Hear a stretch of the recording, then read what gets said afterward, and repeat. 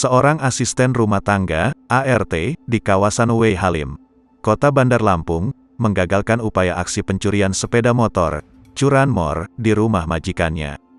Kejadian ini terjadi pada Selasa, tanggal 17 Agustus tahun 2021, siang.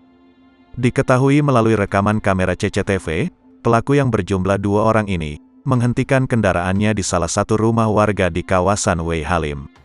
Menurut penuturan si pemilik rumah, Panji, salah seorang pelaku sudah melancarkan aksinya dengan mengutak-atik lubang kunci motor miliknya.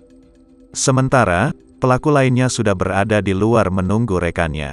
Namun beruntung, asisten rumah tangga yang memergoki pencurian tersebut, langsung meneriaki pelaku hingga keduanya melarikan diri. Mengambil motor, terus dia tuh ada motor lagi di sininya nunggu, ditanya ngapain katanya di luar, pas dia maju rupanya udah ada orang lagi.